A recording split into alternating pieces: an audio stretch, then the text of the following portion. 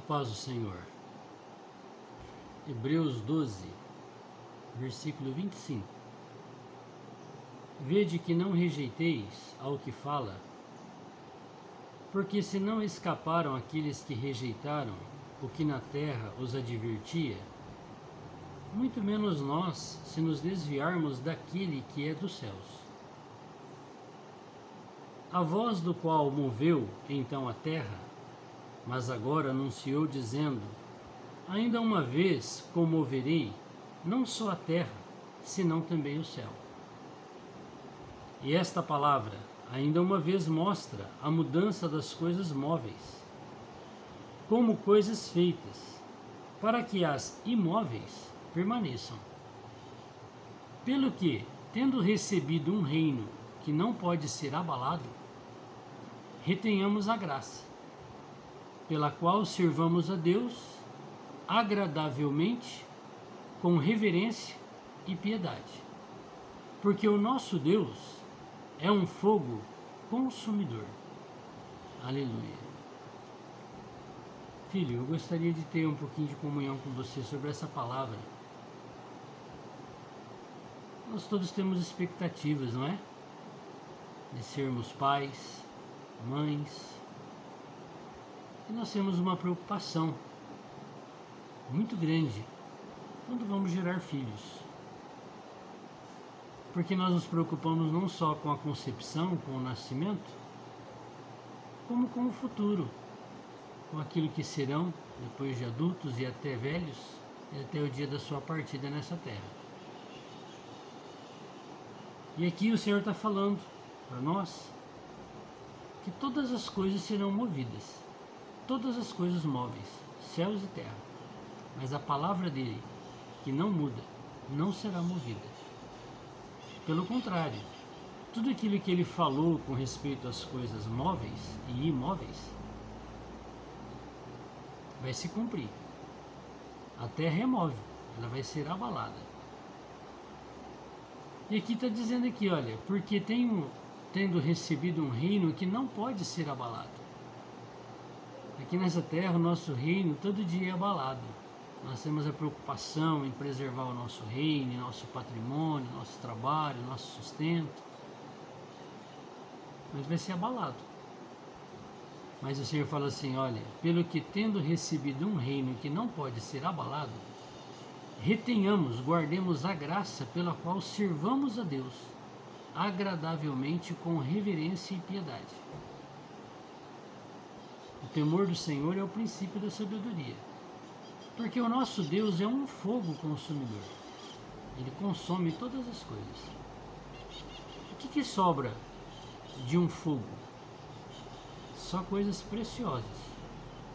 A prata depurada, o ouro depurado, sobra do fogo. As outras coisas todas se perdem com o fogo. E a coisa mais importante que nós temos na nossa vida é Deus. Por isso que o ouro representa a natureza de Deus, divina. Isso é a coisa mais importante na nossa casa. Nós, seres humanos, somos falhos, cheios de pecados, de injustiça. E vivemos essas coisas na nossa vida familiar, na nossa vida conjugal, na nossa vida como pais. Nós erramos muitas vezes. Mas o Senhor já sabe que perfeito é só Ele. Nós somos imperfeitos. Mas o Senhor se agrada quando nós nos preocupamos com aquilo que nós vamos gerar. E qual é o propósito daquela geração? E aí eu queria falar um pouquinho com você. Eu sempre falei para o Senhor, quando eu era adolescente, que eu queria que o Senhor me desse uma esposa que fosse temente a Deus, amasse a Deus.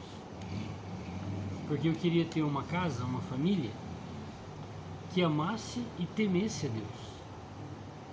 E muitas vezes eu orei como um jovem, um adolescente, na beira da minha cama, de joelho, e falei isso para Deus. Deus, Ele atendeu a minha oração. Louvado seja o Senhor. Depois eu falei para o Senhor, por ver a geração perdida, caótica que nós vivemos, E quando eu era adolescente já era caótico, imagina hoje, que naquela época não tinha nem celular, nem TV,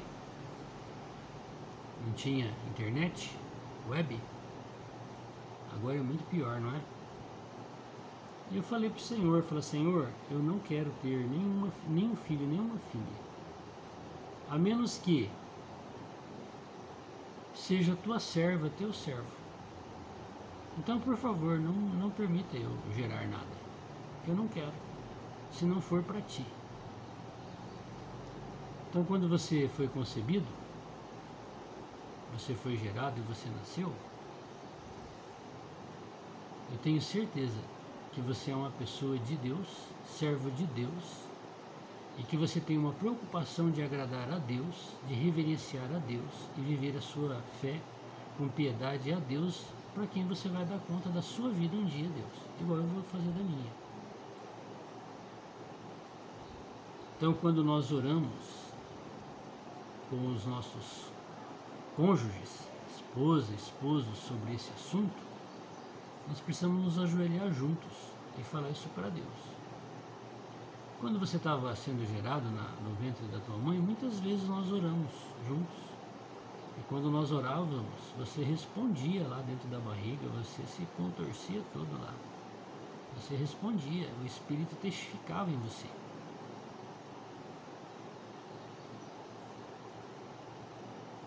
E o Senhor fala assim, ensina a criança no caminho que ele deve andar.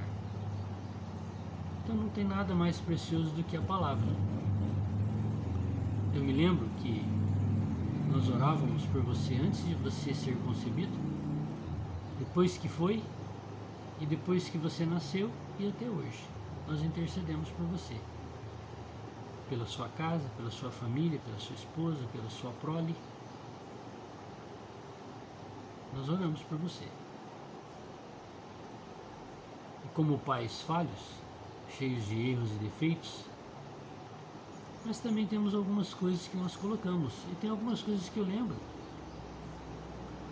que a minha primeira preocupação foi colocar dentro de casa tudo ligado a Deus e a palavra de Deus. Não faltou livros de historinhas, de figurinhas, de contar as histórias da Bíblia para você, falar da palavra de Deus na sua linguagem. Investimos todo o nosso tempo para que você fosse alfabetizado. Lembro que nós compramos vários jogos de madeiras e letrinhas e a gente brincava com as letrinhas. E as coisas mais importantes que nós aprendemos nas letrinhas foi escrever, foi juntar Deus, Jesus, amor, Lucas, papai, mamãe. E eu me lembro também de algumas fogueiras que nós acendemos lá em casa, porque nós somos falhos e às vezes tem coisas contaminadas que entram dentro da nossa casa, que nós mesmos colocamos para dentro do nosso lar. E eu me lembro também de algumas fogueiras que foram acesas lá em casa, nós fizemos algumas limpezas. E eu te convidei você para a gente fazer uma limpeza. Pena que foram poucas, poderia ter sido muito mais, porque sempre tem coisas contaminadas em nós que precisam ser queimados. Então, estou falando com você essa palavra, que depois de adultos, casados, todos nós temos esse desejo, esse anseio, ou essa preocupação, ou essa ansiedade, com respeito se nós vamos ter ou não filhos e o que serão deles. Uma das coisas mais importantes que nós fizemos quando você nasceu, a primeira coisa, foi oferecer você para Deus. Que Deus te protegesse, te guardasse, te abençoasse e que você era dele e só dele. Isso é muito importante, a consagração dos nossos filhos a Deus. Então hoje, você e a Andy com certeza tem essas preocupações, talvez, esses pensamentos. Isso é de muita ajuda, mas na nossa experiência, esse foi o caminho que nós andamos.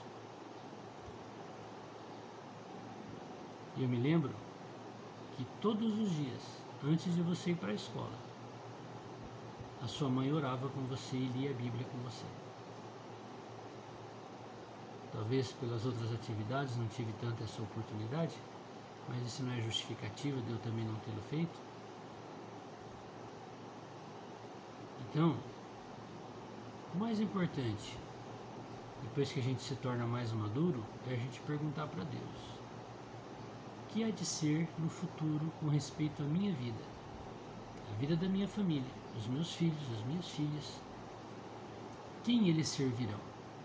Eles terão esse temor de Deus no coração ou não? Então essas questões são questões importantes.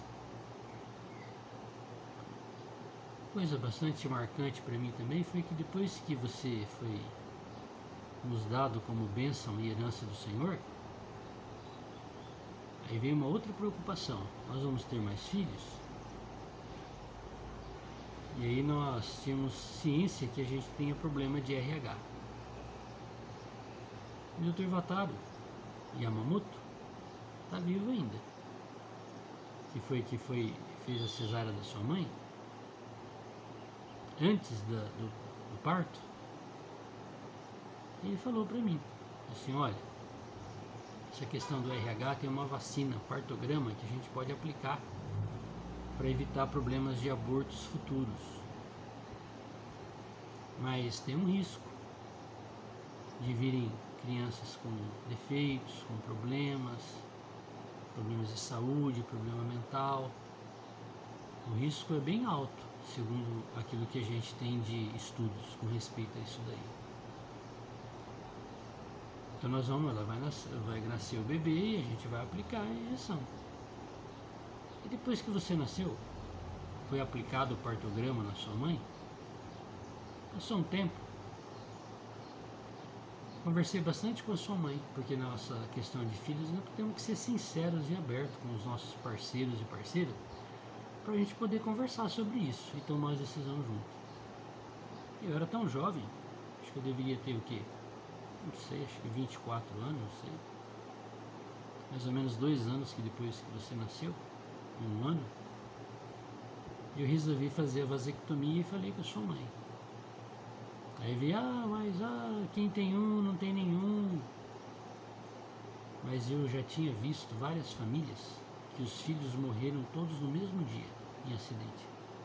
E os pais perderam os filhos todos no mesmo dia. Então todas essas questões de concepção é o papai que fala, ele que determina, a vida é ele quem dá. Então não existe esse negócio aí, quem tem um não tem nenhum, não existe isso aí. O que existe é a bênção, a proteção de Deus e a palavra dele. E essa questão pesou bastante, na questão da responsabilidade que nós temos que ter com os nossos filhos. Então assim, puxa, será que se nós corrermos o risco de gerarmos mais filhos, e vier filhos com problemas, será que nós não vamos nos sentir culpados? E dentre outras coisas, essas coisas assim pesou bastante na balança. E nós resolvemos tomar essa atitude. E um outro ponto que para mim também foi muito importante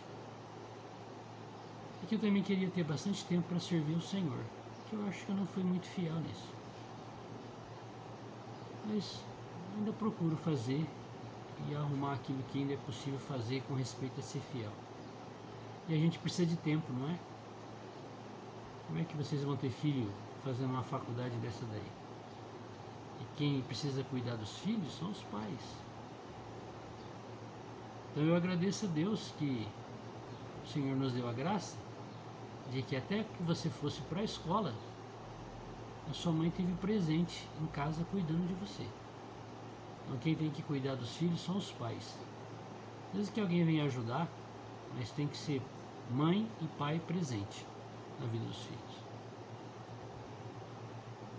Então hoje eu me alegro de você ter temor no seu coração com respeito a essa questão de você se preocupar com aquilo que você vai gerar. Então os frutos, mesmo que não foram tantos que foram plantados, vai nascendo no coração. Então a coisa mais importante é a gente falar com o papai. O que é que o Senhor preparou para nós? Qual é a vontade dele? Que jeito que ele quer? Que ele nos dê sabedoria em fazermos nossas decisões e escolhas. Claro que se o Senhor conceder para nós alguém que precisa de ajuda e que seja especial, nós vamos receber com o mesmo amor, mesmo carinho, e vamos viver a nossa vida feliz, familiar, porque é um presente do Senhor, e o Senhor sabe quais são os presentes que nós precisamos. Mas eu louvo ao Senhor por tudo que aconteceu até aqui com você, e por você ter esse coração de temor e preocupação com respeito ao seu viver familiar, ao seu viver conjugal, ao seu viver com a sua prole. Então, o mais importante é nós chamarmos o nosso parceiro, a nossa parceira e orarmos. E falarmos a verdade da palavra, o que nós queremos, o que nós não queremos.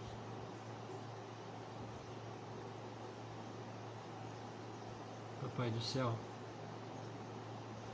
obrigado porque o Senhor nos abençoou com uma herança, Lucas e Andiara. Senhor, que a nossa descendência